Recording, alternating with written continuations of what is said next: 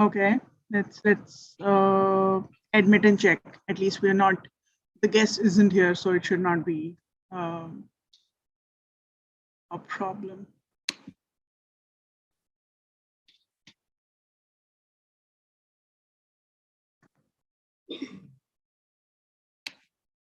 Okay, there's someone with a really unique key-based name. Could you please identify yourself, or maybe change your name to something that we could call you out with? Our guest is here.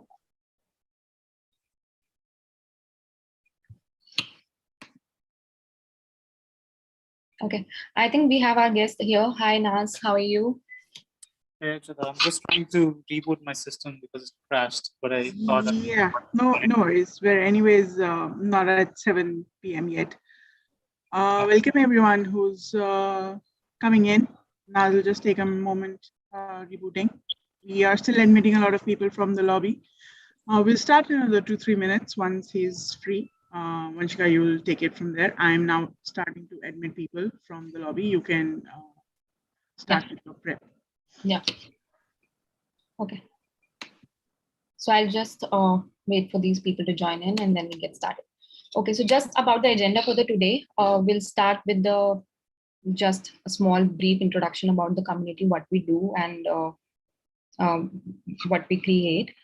And then we'll talk about our guest and the agenda for today's discussion. We'll try to have the questions in the last 20 minutes of the session. You can post your questions during the session in the chat window. We'll take them all together. And you can also ask the questions during the Q&A part, right? Okay, so let's start. I'll just talk about the community, small introduction.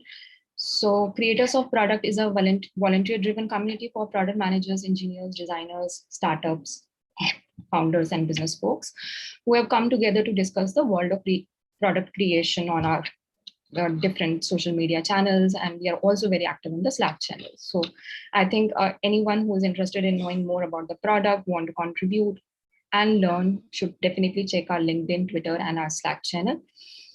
And for the session today, we have Naz.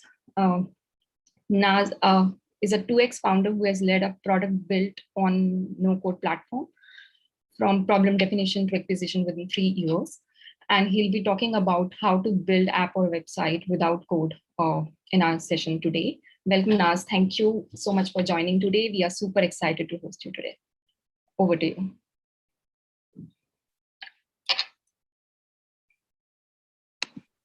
Can you guys hear me? Yeah, we can hear you fine. Yeah, now we can. All right. I'm still on my phone, so I'm trying to get my Windows updates to finish so that I can back the Wacom system and start screen sharing. But I'll still tell you guys about no-code stuff. So basically, a quick introduction. I am a product manager at a no-code company. It's called HeyFlow. The company is based out of Hamburg. We're pre-seed right now, but if you want to know what HeyFlow is, it's basically Typeform, but with much more flexibility and much better integration. Of course, the product's not perfect, but yeah, no, that's what we're working at. But I've been in the no-code space for a while. I've been a Bubble developer. I've been now I'm a Bubble coach. I have also built a bunch of products, and I've also done product management in a no-code style. So I can even talk about product management in no-code style. But before that, what is no-code? Because the thing is that there are a lot of people in the no-code space these days, and unfortunately, there are companies that put no-code on their websites because it sounds cool. It's like the blockchain of today, but there is no. Sorry, there's no clarity. Sorry, no problem. So there's no clarity on like what no-code exactly is. And to give it a little bit of definition, no-code is basically a creation of any digital asset that would traditionally majorly require you to write code, and that can be actually done without any or negligible code, which is mostly nowadays drag and drop or you using UI elements. Or there's another space which is low code, which is that the software requires you to do a minimal amount of code. So maybe the UI is drag and drop and the backend has to be coded a little bit. So that's low code. So that's generally what no code and low code is. People generally associate that with, building websites or web apps, but there are so many other things that you can actually do with no code. Like you can do data science with no code, you can do machine learning with no code. And so I'll actually show you guys some stuff around that. My system's back up, so I'll just be in there in a minute. But that is basically what no code is. And going back to what I've been doing in no code, so I've been doing product management using no code. So I would like UI, prototypes. I've built my own products, of course. And right now I'm at a no code company. So I'm also seeing behind the scenes of how to build a no code tool, just not how to run a no code tool. So that's pretty much about me and what no code is. I'm actually going to switch to my PC so that I can show you guys some stuff. But I'm going to type out something in chat so that you guys can also see it with me. Sure.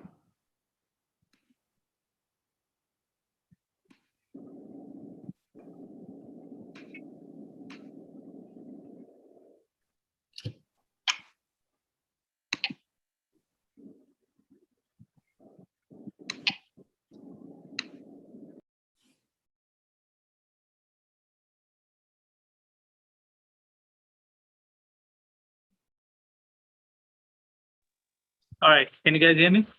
Yes, we can hear you. Okay. Cool. Yeah, all right. Yep, everything's good. Cool. So I'm back on my PC. So I'm going to share my screen. So I just sent a link in the chat. That's my website. But I sent you to my website not to promote my website, but to really show you guys what no code can do. So if you go to my website, you'll see that there is a no code tool selector, and under the no code tool selector, let me share my screen. Okay, host disabled. Can you enable screen sharing so I can share? Yeah.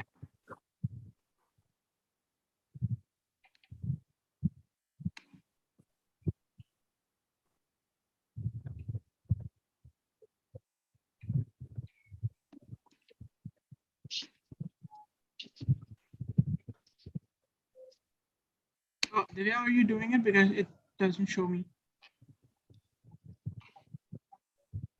I think you have to go to the arrow on share screen. There will be an arrow there. You click that and change the settings. Yeah. Can you try now? Yep. We're just multiple people doing the same thing. All right. So this is what I wanted to show you guys. So if you look at this no code tool selector, I'm just going to enlarge this so it looks full screen. You can see what I'm talking about. So generally, when people talk about no code, they're talking about the web apps or websites or generally native apps section. So like, they're talking about Glide apps, software is a new one in the arena, Adalo, Bubble, all of this stuff, right? Whereas you would have also come across things like Adalo here, which is also for native apps, or Codeler, or stuff like Thunkable or Draftbit. But you can actually do a lot of stuff with no code. You can do workflow automation. Actually, this is the piece that a lot of people know about, like Zapier, Integromat, but there are other tools in this arena that are less known, like Paragon, Parabola.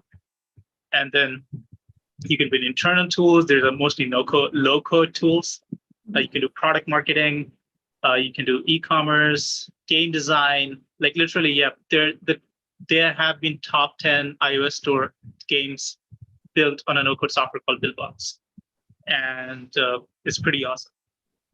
There are voice apps like you can build like Amazon Alexa or Google Home, voice apps using no code, completely drag drop. There's AI and data science. Obviously, AI is amazing. Asana is amazing. I've used both of them. You can use like turning spreadsheets into apps and do a lot of like Dash. They're now called Rose.com, but they built their own spreadsheet, and the spreadsheet is literally a super powered API powered spreadsheet. So you can literally say equals to Google Translate, and it will translate anything on the spreadsheet. So you can run any API through their spreadsheet. It's super awesome. Plus the spreadsheet turns into an app. So it's amazing.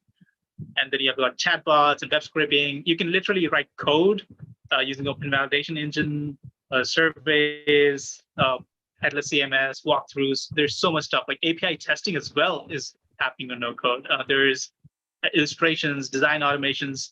But if you go to the end of this list, you would also find a bunch of learning resources that you can just learn about no code from. And also a few communities that I'm a part of, and probably add a few more communities and resources to this that are super useful. But this is to just show you that no code is not just like I can build a web app or I can build a website. No code is so much more. You can do so much more on no code. Like you can literally build a whole backend without using code. And I'm talking about like scalable backends which can take millions of users. Because I know this question always pops up that no code has a limitation, what to do when we hit millions of users, we have to build a code solution. You don't have to. You can literally put your backend on something like Xano and Backendless, and you're good to go. So these are some solutions out there. But what I want to show you is like what you can do with no code. Because a lot of times people, when they start, they have a trouble understanding what's the first thing I should build. Because my recommendation to people when they start a no code is like, if you want to learn from building. But what can you build? And let's go through a couple of things that I've built. And so let's go to, by the way, both the tools that I will show you that I've built, they're both feature and product hunt. So let me go to first Argumeter.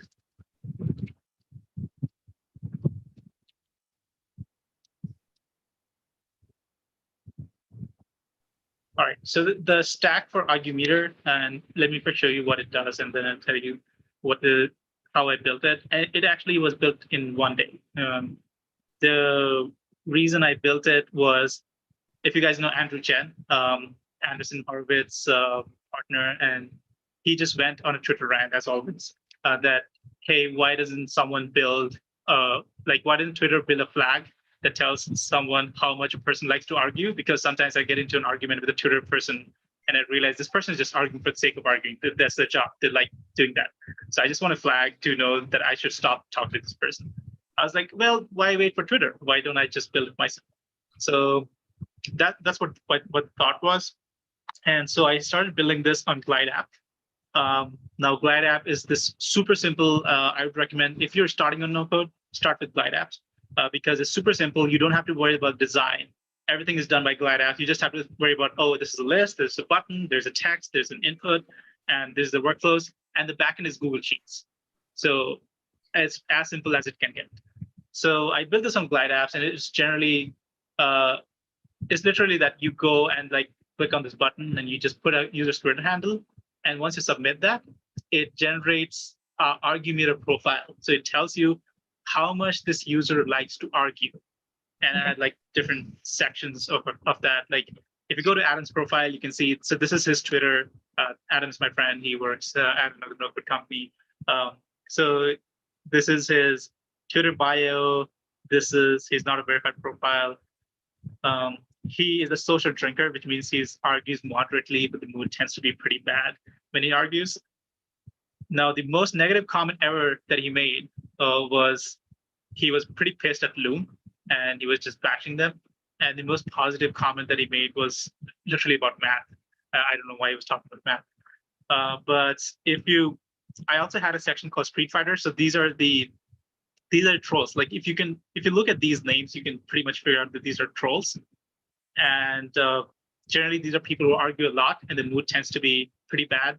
Also, you can see the percentage of their tweets that are comments are pretty much like 75%. Now, this came out to be like a fun project, but this is super useful to actually filter out trolls on Twitter. If you want to figure out if your comments or your posts are actually getting trolled by some fake accounts.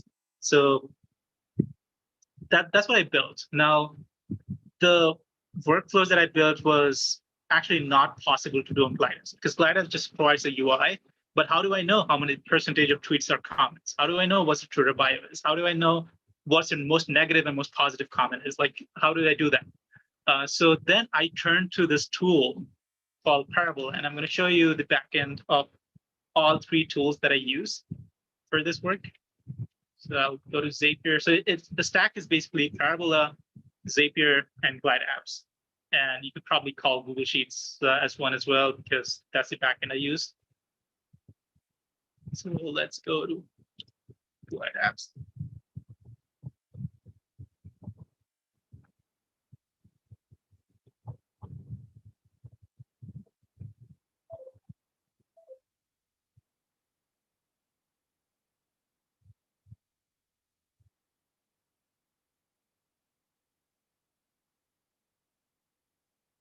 Yep, please feel free to post your questions while things are loading. And if things are loading, I'll be happy to answer things in their interest. So that also saves time for everyone. Yeah, actually, I was about to ask. That Twitter app that you created was on Glide. We've used Glide for India COVID resources. And as you rightly pointed out, it takes Google Sheet as input. How did you put the entire Twitter on Google Sheet for the Glide app? I'm sure I'm asking a very noob question, but I'm just curious. And you just reminded me when you said your COVID data on Google Sheets on GlideApps, because do you know of the Crypto Relief Project, the Crypto Relief guys, the infamous group that got a trillion SHIB tokens from Whiteley Butrade, and that's why all the Bitcoin people are pissed. So I'm actually part of the group, and I have actually built a volunteer dashboard for that whole thing. And it includes Google Sheets, Postgres database, Twitter API, a matching algorithm using NLP and NLTK. So I can, of course, give you a sneak peek of that to you guys. Great. All right, there was a question. Please give a sneak peek of beginner tools. All right, if you go to my website in the Notepad tool selector, you would see that I have each section divided as novice, intermediate, and ninja. So novice are basically beginner tools that need beginner level of understanding and also are pretty limited. Intermediate is in the middle, and expert or like ninja means that it has a huge learning curve, but it also is the most flexible tool in that space. All right, so let me show you guys some of this stuff over here. Zapier can wait, but let me actually get into GlideApps as well. And I'll actually show you the code dashboard as well. This is something that's almost about to go live with the Crypto Relief tool.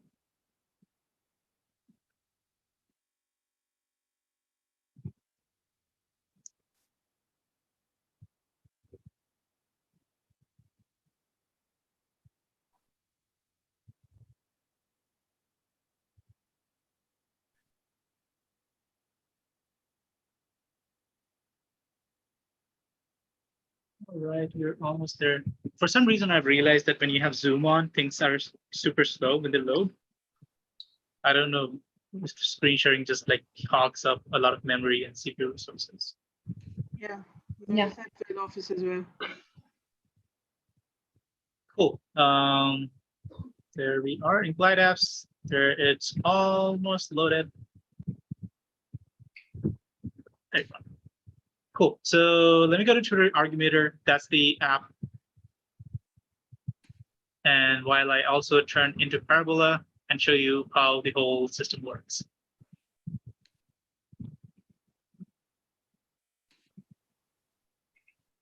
Zoom Lax Meet is awesome.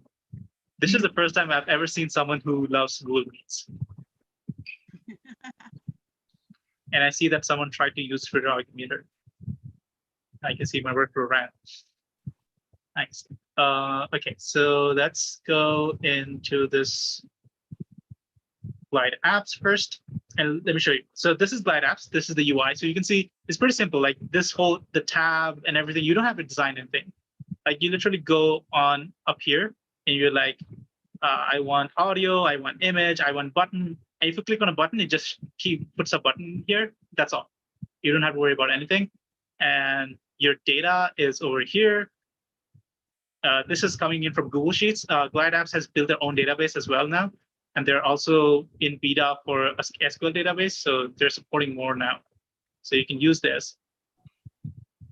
Please highlight tools that are helpful for creating plugins. Also, is it possible to integrate the plugin with an app, example, Zoom with no code? I will definitely talk about that Aditya. I actually sell plugins on no code and make money on it. Naz, it's okay for people to put in questions right now. We've got dedicated time and we'll take all of these questions. So you don't have to answer them on the go. We'll come to it.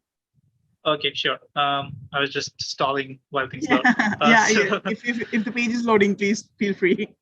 All right. So what happens in this app is pretty simple. So I have this Google Sheet that's connected to this. And when someone clicks on this button and they put in a Twitter handle, what happens is that there is a new row on my Google Sheet in this section.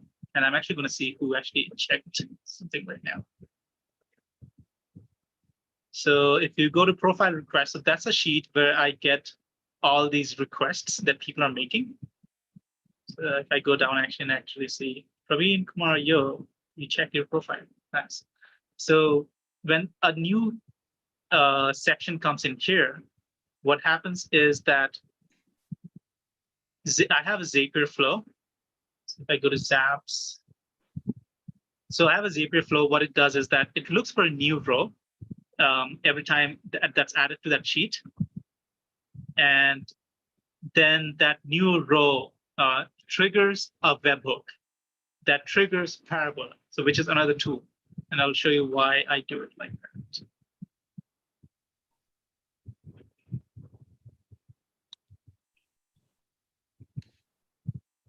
Right, that's the wrong account. Anyways, what I'll show you that later. But basically, if you have used Zapier, what it does is that I have a very simple Zapier flow which says look for a new row. Every time there's a new row in this sheet, then send the data, which is the username, the Twitter username, the Twitter handle of this person, to Parabola. And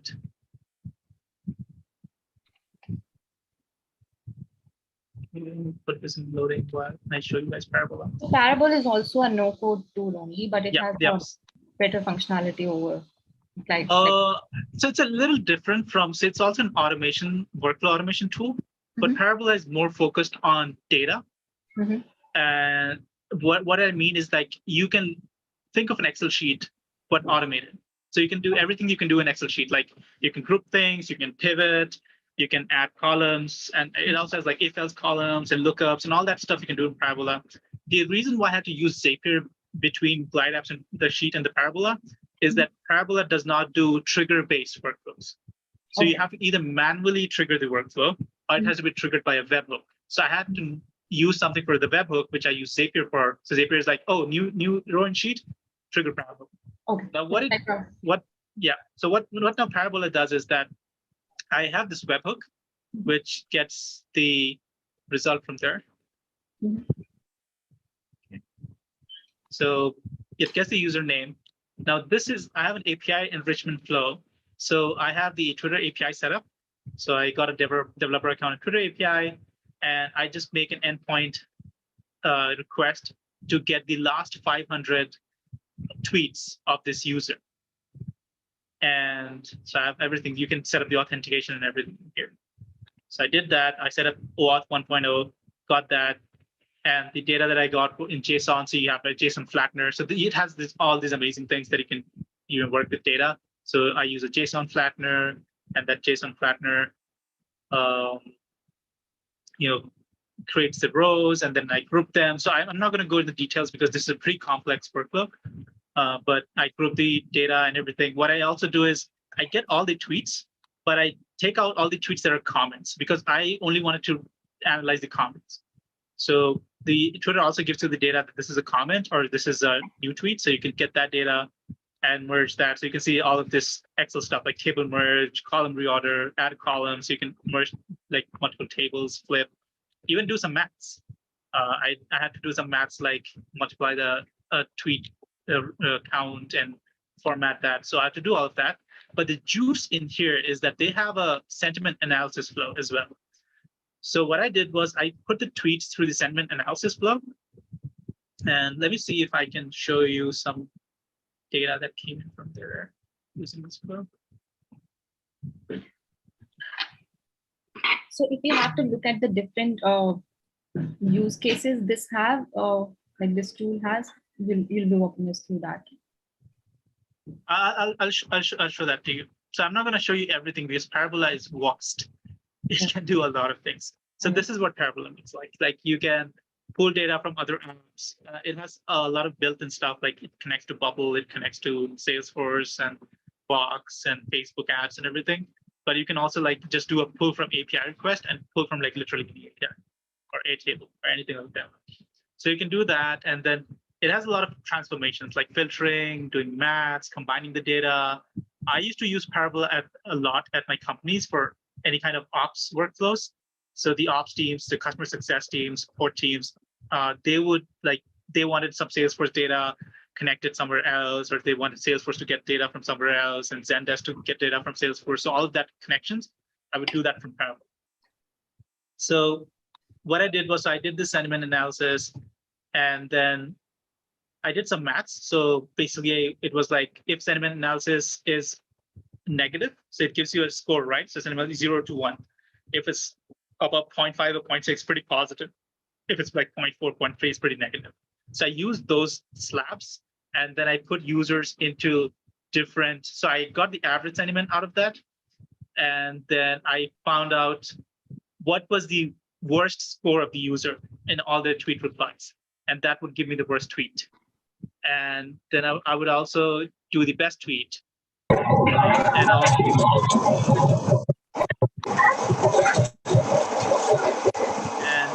then I'll join all that data, get something finally in the end, and then export that data back to the Google Sheets that I was using for Glide Apps. So now what I've done is if I go back to now Glide Apps, and this probably answers Shruti's question on like how did I get all of Twitter data into Glide Apps.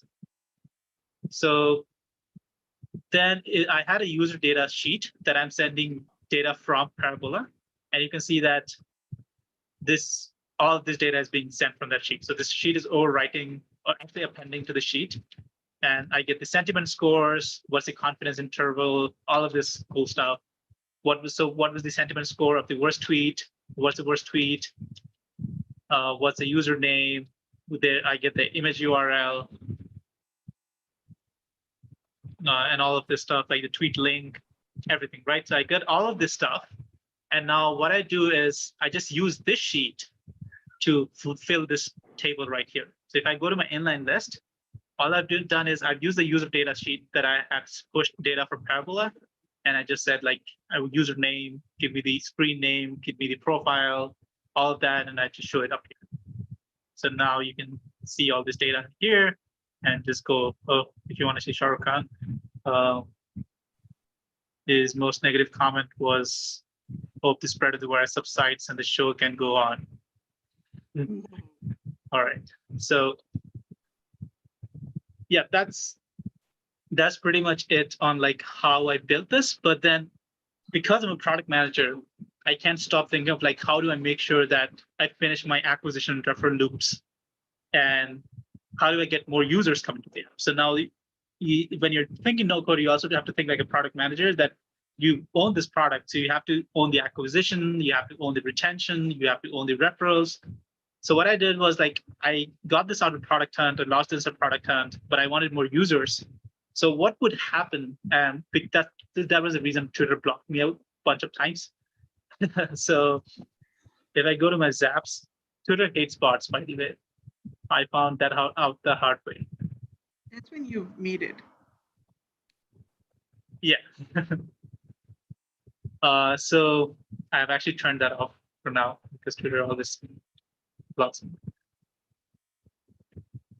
So what happened in the end is that then you would, when I would get the user data on the user data sheet, then I would check this new spreadsheet row, because as soon as I get the user data in the user data sheet, that means that I've already gotten the sentiment analysis and everything done. So it means my flow is complete. So I look for that username, the user data sheet, and as soon as it's entered, I had a bot, and the bot would just send a tweet to this user, and it would just, so basically what happens is you generally don't check your profile, right? You check your friend's profile, that I want to know what's my worst tweet of my friend. So you would check your friend's profile, and then my bot would go and tweet to your friend that, hey, someone just checked how much you like to argue on Twitter, and people actually reply to negative comments better than positive comments. So they're like, oh, this is the worst Twitter comment you ever made, and they found out about that. So please go to this app and find out what else they found out about you. So they would actually go in, check the app, see who tried to find out something about me, what do they know. They would see the app and they're like, oh, because I'm here, I'm going to check someone else's profile as well. So now that turns on this acquisition loop that goes on and on and on. So yeah, that's the whole app in a nutshell. So it's a bunch of no-code tools stitched together that I did. And I also built, and I want to show you something a little more complicated in terms of code as well. So that, okay, it's code works for all dot programs. By the way, I will also show you guys the COVID dashboard. Where is my CodeBot team? Meanwhile, I think there's a question we can take since it is moving. Yeah.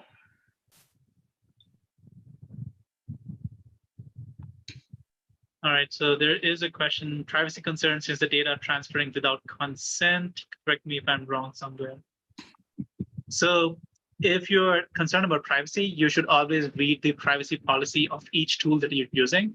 Generally, all of them work in the EU, and most of them are GDPR compliant because they can't work in the EU if they're not GDPR compliant. So the data would be encrypted and go in without any issues. So you don't have to worry about that. But we always have issues where you haven't actually. So what happens generally is that you would use something like Zapier, or you would use something like Glide Apps, but in your own website where you have. So because Zapier and Glide Apps is working in the backend, but in your own website, in your privacy policy, you haven't mentioned that we use Zapier or we use Glide Apps, and Glide Apps has data on you, or Zapier has data on you.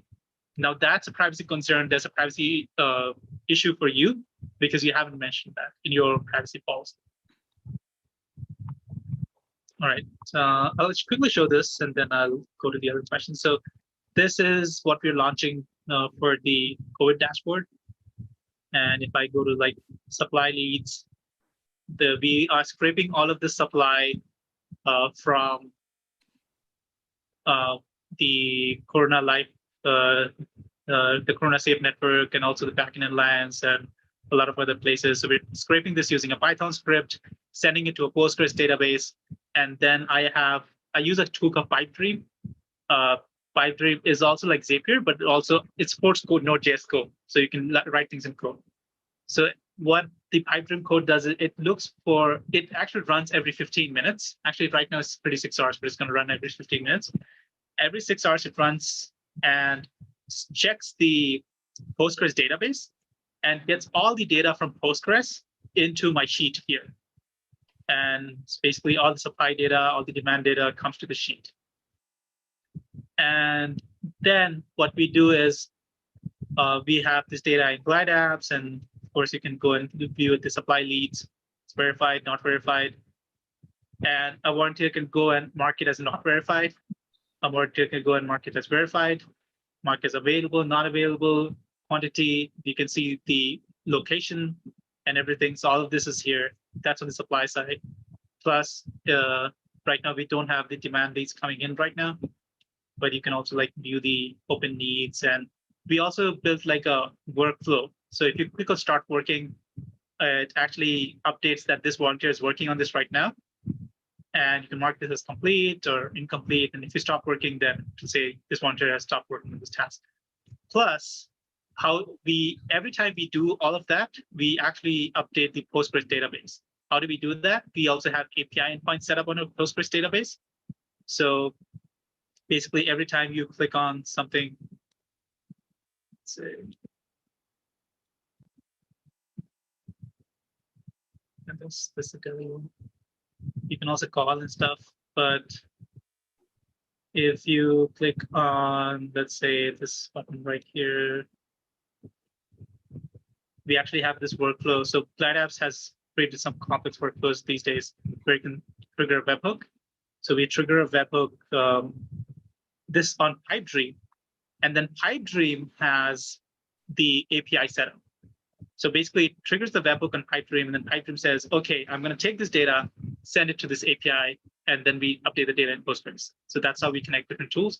But it's also connected to our analytic matching engine and everything. So it's a mix of. So we have a bunch of coders and no coders working together to do this stuff.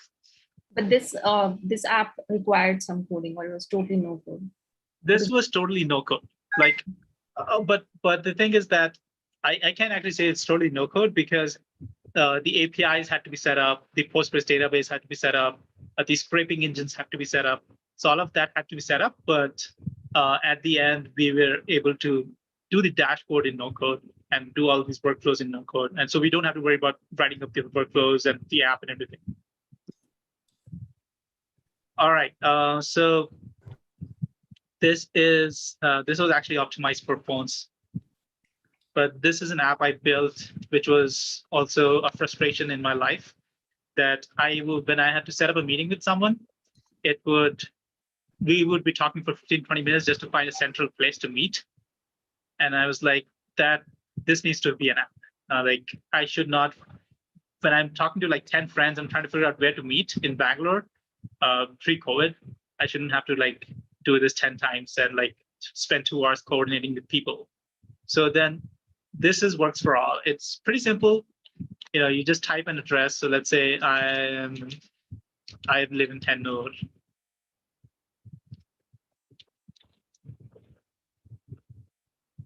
All right, I add this address.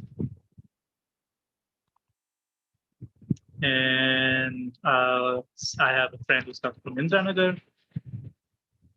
Of course, you can put like very specific addresses, just using generic ones. And someone who's coming from say, Rajarajeshwari.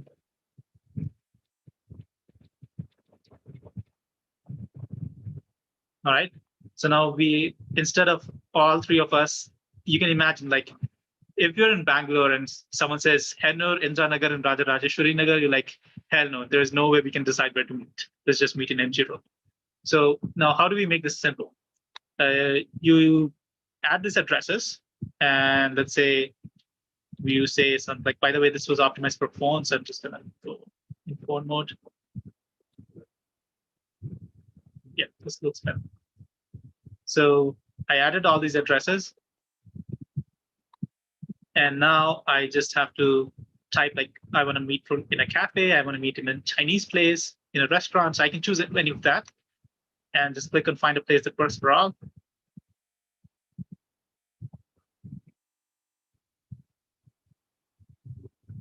And then it gives me a few recommendations like Cafe Noir I've said MG Road. Yeah, that's pretty much central, these people. So these are some of the recommendations that it sent me. Like meet mostly at MG Road because you guys are coming from like 3 sides of the town. And now I can like, oh, Cafe Noir sounds good in UB City. Look at that on the map. That's good.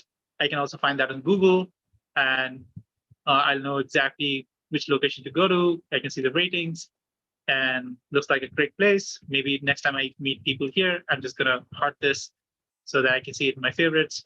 I can also just copy and send it to someone else. And if they paste it, they'll be able to see the places that were. So I could just send this link to all my friends, and they'll be able to see exactly where we should meet. And we can just choose from these 10 places that we have selected. And if you click on favorites, you can just see what my favorites list are, and I can just ask people to meet here. Now, this looks like a pretty simple app, but it has some amount of code, and it was built in one of the most complex apps, no-code apps. Actually, this is you could call it the father of no-code apps, Bubble. And it's a bunch of stuff here you can ignore. Okay, that's my instructor account. So I'll have to log into my personal account. But anyways, I'll actually take a few questions while that's loading. So you can get people to come and meet at a central location, but can you get them to go to Goa? Only Okay, Goa. Let me take a valid question. I'm going to get killed for this. Only Goa chooses who can come to Goa. Yes. So there was a question from Shubham. Could you also suggest a roadmap or a sequence to learn no-code tools for total beginners? Definitely. Of course, not Bubble. I'll tell you, never touch Bubble if you're like completely new into no-code, unless you are one of the brave ones. But the roadmap would generally be, my recommendation is that don't take a course. Just start building something, and don't start with something complicated. Like if let's say if you're a video game developer, you don't start with God of War, you don't start with Assassin's Creed, because it's going to kill you. It took 200-300 people 5 years to 6 years to make that one game. So the idea is, think of something simple like the Argumenter app, like a to-do list, or something like what are some good examples? Like an organizer, like a place to organize your notes, or maybe a simple e-commerce app, right? So e-commerce is still not that simple, but still like simple enough. So think of a simple app that you want to build, and then build that on one of the simplest apps you can build it on. So like use something like Glide apps. Like you could go to my website and just go to the beginner section and see like what tools you want to use. But you could use Glide apps, definitely a beginner tool, and just try and build an app on this. What's going to happen for sure is that, of course, you will have to watch a tutorial sometimes to figure things out. But what's going to happen for sure is that you will run into a roadblock. Like, it's not that you will run into a roadblock. And that's when you start learning. Because you're like, oh, what's the workaround for this? How do I hack it around? Because when I started building Argumenter, I didn't know that I will have to use Parabola. I didn't know that I'll have to use Zapier, I'll have to use Pipedream, because I started in Glide apps and I was like, oh my God, how do I get the Twitter data? How do I, run the webhook? So then I started stumbling upon problems, and then I started stumbling across solutions. But when you're doing that, it's also scary because you don't know, I don't know what tool to go to, or I need some help and I need help fast. There is this community. It's run by my friend, Max Haining. He started it last year as like a small thing, and then the thing blew up. It's called 100 Days of No Code. So you could go to 100daysofnocode.com, sign up for the community. It's a Slack community. It's one of the best no-code learning communities I've ever come across in life. Actually, Max just quit his job and he's full-time into this. But it's a bunch of beginners who are starting on no-code, and they have taken a pledge that I'm going to learn no-code for the next 100 days by building something. And they have everything. They have Fridays, they have like a demo day, and if you ask questions, a bunch of experts are also in the community. I'm there in the community. And if you say, like, I want help on Bubble, I want help on Glide apps, someone who has built stuff on Glide apps, someone who has built stuff on Bubbles is there, is going to help you out. Or Max is going to tag these people, say that, hey, please help out. Plus, all like no-code founders, like the founder of Bubble, the founder of Glide apps, they regularly show up. in the community, and they're like showing the tool out and stuff like that, and there are contests. It's a pretty awesome community. So I would definitely recommend you be part of such a community while you're building, but also do it hands-on using a basic tool. And now I am inside Bubble. So let me go quickly to Works for All and show you how the tool was built. So there's no rocket science.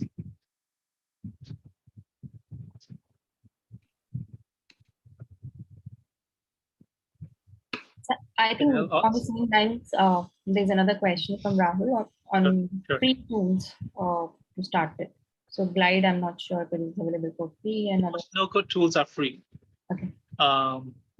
They either have a trial version, or they have generally no-code tools have a freemium freemium style, because what happens is that no-code takes some time to learn, and generally people coming on no-code are people still trying to figure things out. So they need some free time to, like, free apps to figure out if this works for them. And then once they start growing, then they need a pro plan or something. So most tools are free. Don't worry about that. Let me show you how this was built.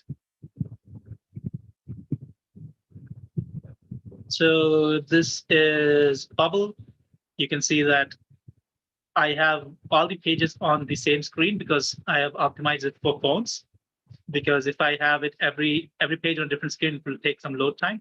So what I can do is now I can wrap this web app into like a native wrapper, and even turn it to a native Android or iOS app.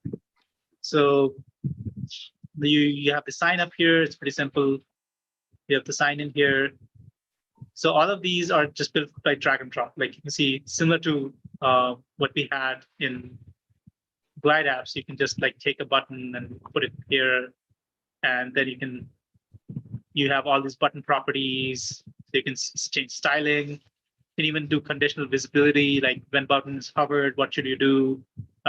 When something changes, then this button is visible, not visible, so all of that stuff. And you can even set up workflows. And workflows like when you click the button, what should happen, right? And it can get pretty complex, as simple as like show something to like as complex like run an API. So most of the stuff that is over here. So it's like all the drag and drop stuff. And these are all native elements. Like they have a map element, they have a input element, button, all of that stuff. But the juice of this is that this was built using a few APIs. And what happens is that I use, so if you click to find a place that works for all, and let me go into this workflow. I actually also run some JavaScript. So I use a plugin to run some JavaScript. Now, why do I need a JavaScript? Because finding a central place on a globe is not as simple as finding a central point on a geometrical circle, right? Or even a sphere, because the globe is not round, as we know. So what I had to use is a little bit of sine and cos and a little bit of mathematics. So using things from the math functions in JavaScript, and then find a central latitude and longitude. So it's not a simple center. It's actually a geographical center that I use. And then I send that back. So there's a custom plugin, and this is where I can talk about plugins. So there's a custom plugins that allows you to run JavaScript and pass that data back into Bubble. And using that, I was able to basically pass the central point to an API. And where is that API? So I call this API, which is around here somewhere. You'll find it in the box.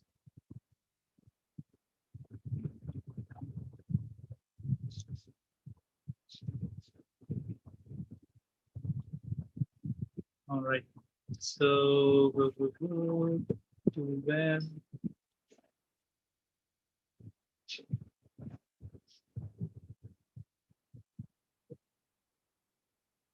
So how can people find the plugins, right? Like which plugin would be the right? Sure. You can take it All up. right, so I'm not able to find in my workflow where that is, but it's somewhere. So I use the Mapbox plugin to send it an API. Generally, it should have been around here, but I haven't been able to find it. And it's my fault because my flow is pretty complex. Oh yeah, there it is. So when the JavaScript is triggered in, I basically make a plugin request, an API request to this plugin, which is Mapbox nearby places. And I just send the search string that I need to cafes, 10 cafes in this central location. And then it gives me that. And if you go to the plugin section bubble, there are so many plugins, GTM, API connectors, which you can literally run with any API. So generally, there's actually no Mapbox plugin, so I actually built the API myself for that. But if I go back to my bubble account here, and this is a good thing for people who are starting into like, who are thinking of learning no code and trying to start making money on that. You can actually make money by building templates, by building plugins. And so if you're like a UI designer, you can build a bunch of templates, sell them for like $50 or $100 based on like how great that template is. But these are all the things that I've made. So a bunch of these are free. You can set up the circle community, Typebomb, YouTube, Full Story, everything. iFramely one is not. That's the one that I sell the most. But a bunch of these are just free. Like I was also building like a MongoDB one, which I haven't actually launched. I also have one for OpenAI, which is in secret development, which I haven't actually showed to people. But it basically what my OpenAI one does is that it reads your email and summarizes the action items from your email. And that was all built using no code and the OpenAI API. So that's pretty much it about how I have built stuff. I will be happy to take any questions. And looking to questions right now. I think that was very interesting use cases about no code. I think most people just think about Excel sheets and few use cases when it comes to no code, but I think there's a wide range of variety you can do. You clearly showed it. Yeah. So let's go to the questions, and people, you can come ahead and ask your question. Adil, if you want to go ahead and ask your question, please go ahead.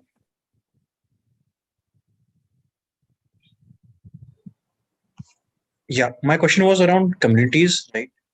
Are there any communities, especially in India, that would you recommend?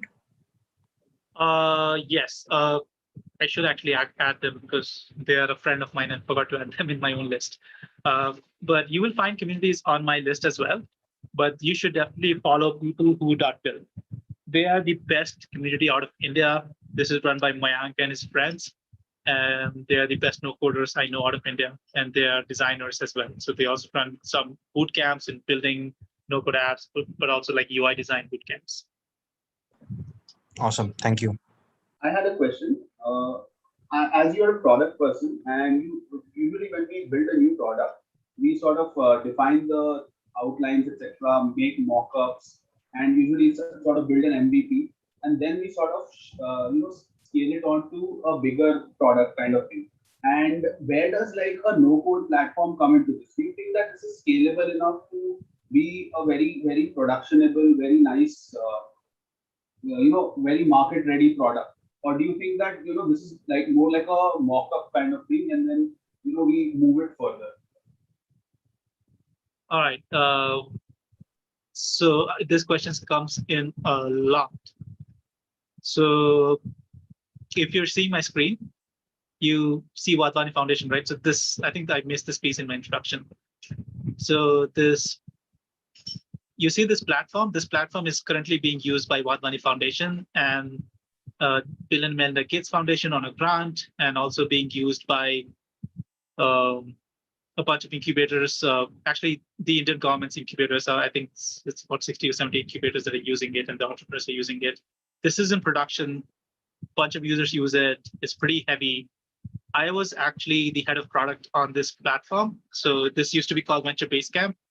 And I built the whole platform by myself when we launched this. So we were a team of like 3 or 4 people trying to build something in the nonprofit space for entrepreneurship education for incubators. And we built Venture Basecamp, and then the program was so successful, we got mentioned by the United Nations in the MENA region. We actually got acquired by 120 Foundation after that to use in the Bill and Melinda Gates Foundation program, plus the Indian Incubators program. So it's pretty much production. And this is the platform. This is actually built on Bubble, the whole platform. Like once you log in, then you'll be able to see that this whole platform is built in Bubble.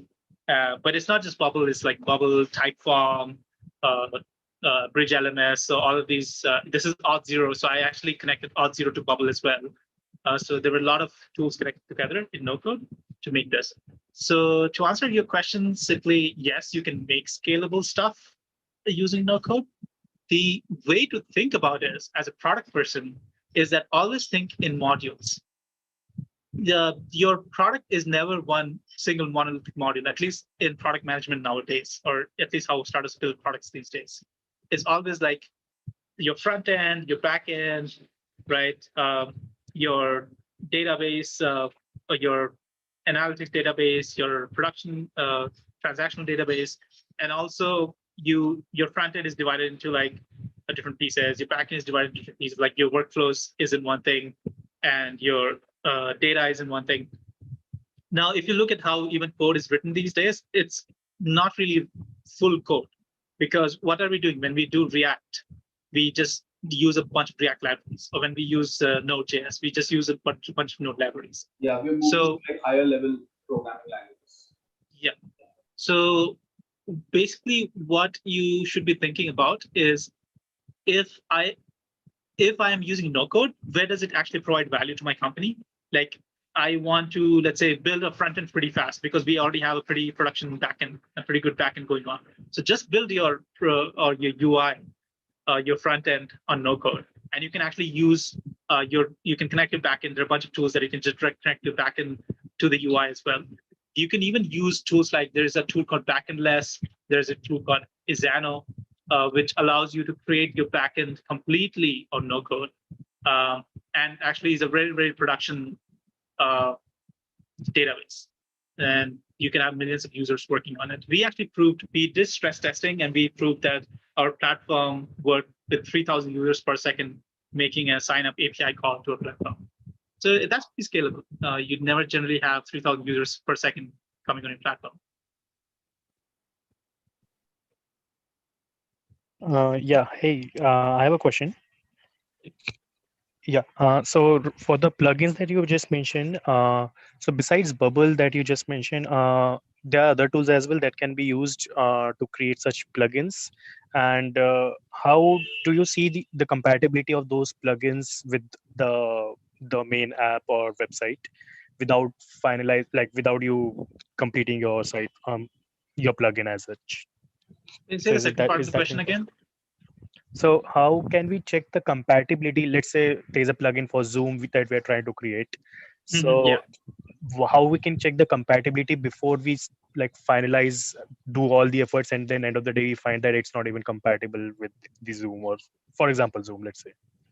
Okay, yeah, all right. So number one is that yes, there are other platforms that you can build plugins for. In the no-code space, being a platform, so what I mean by being a product versus being a platform is that you can build your stuff on top of it. Being a platform is pretty new in the no-code space. So there are actually very few where you can build the plugins. Like you can build plugins for Webflow, you can build plugins for Figma, you can build plugins for Bubble. Adlo actually doesn't allow plugins yet. Glide Apps doesn't allow plugins yet. But most of them you'll find that they allow for templates, like Glide App templates, Bubble templates. So you can be a template expert, but being a plugin expert really contains you to only a few tools. So that's from the plugin side, like which platforms support a plugin ecosystem. There are more tools coming in, but there are not many yet. Now the question about how do we know if the plugin is compatible? generally when you use a no-code platform, they are very containerized, which means that they make sure that you can only do things that the system can support, and others, and they build systems that you already know. Like generally, your API systems will be built on top of OpenAPI. Your authentication systems will be built on top of OpenID or OAuth1, OAuth2. So, like even if I go to this plugin is actually free, and you can look into the code of this plugin, and you'll be able to see that I just use the API call section here, and I just set up a OAuth2 user flow, and just set up like tokens and everything that you would do generally when you're setting an OAuth flow on Postman per se. And then I've set up the API calls over here. So everything that you see here is actually what you already know. This is not really anything that's new. And if you go to their actions, they also support Node.js code and stuff. And if you need to test, if this, for example, you're building a Zoom plugin, you need to test if this works with Zoom. They also allow for test mode and production modes. So just build things in test mode, test out if it works with Zoom, and then launch it to production, as you would do with any program. So it's no different from that. Got it. Thank you. Any other question anyone has? Hey, Nazuddin, Saurabh here. Thanks for doing this. I'm trying to Hey, work on a Saurabh. side project. Hey, hi. So I'm trying to work on a side project which involves extracting tweets from a Twitter thread and then showing them one by one on a mobile or a desktop device. So what do you think, which no-code tool would be an appropriate one for this type of a use case? When you say device, do you mean web or native? So I want folks from who are logging in, not logging in. So folks who are on the desktop also and on the mobile also to have a good experience. So then you should do responsive web or do a PWA. Okay, but which no-code tool would you suggest? So in that case, I would recommend using Glide Apps, because Glide Apps is actually PWA optimized. So if you run it on the mobile phone, you can actually install it as a separate app plus the whole. So it's gonna feel like it's a mobile app, even though it's a web app, because it's PWA optimized. So use Glide Apps. It also makes it easy for you to. So you can do the same thing. Like you want tweets, so you would need something like Parabola or something like Pipedream. I would recommend Parabola because it's easier to use. To just run with the Twitter API and then extract it. So you can also set up a scheduler. So saying every 10 minutes or every 2 hours. So I don't know what schedule you need. And then you can just extract tweets every 2 hours, send it to our Google Sheets. And Google Sheets are pretty robust. By the way, they support thousands to millions of rows now. So you send it to Google Sheets, and then you can send it to Glide Apps. Of course, you'll have to pay for Parabola and Glide Apps if you have a lot of rows and many flows to, like, if you have too much data. The thing is, no-code tools really charge you for server capacity, like the amount of data that you use or the server capacity that you use. So they're going to charge you for that. Okay, thanks. One small follow-up question to this. So what I'm trying to do is, get the tweets who are inside the Twitter thread. And currently I'm trying to do it manually, like have the links of those individual tweets manually put in a Google Sheet or maybe a Airtable, and then show it on the front end. But do you think there is a better way to do this, like just by throwing the link of the Twitter thread, it just crawls and gets the subtweets which are under the thread? Like, is there a tool? Yeah, you don't have to worry about the tool. I think you should read the Twitter API version 2.0 documentation. So the new API actually is pretty powerful, and it will give you subtweets, the whole thread. So there is actually a thread API endpoint. So if you just use the right API endpoint, it's going to give you all the tweets. Thank you. Thanks a lot. So now I have a question from a lot of folks, and there are votes here. So people are asking if they can have a future session with you, like we can have a future session on building a basic, maybe no-code app on the platform. Sure. we could do that. Actually, I could stitch together.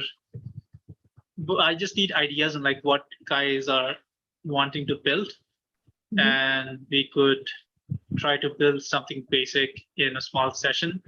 What I would recommend is doing like a quiz app or something like that, where someone would come to your website and they would like click, and then you get some information. And basically we could do like some automation. So that data goes to, let's say, Airtable, and then Airtable, once something is there, we run an Airtable automation. So if data comes in there, then you send. I actually built this before for the Wadhwani Foundation platform, which was a growth hack that people would come to a website and say, are you investment ready?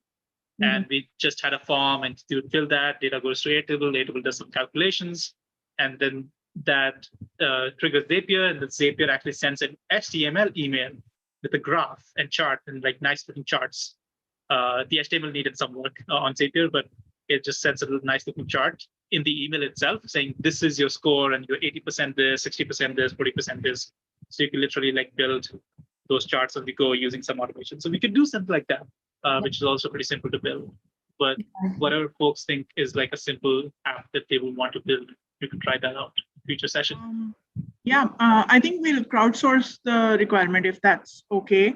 If other than an idea, is there anything else that you would want us to confirm on before we do that? And for all of these discussions, Akshita, Vanshika, or me, one of us will probably get in touch with you.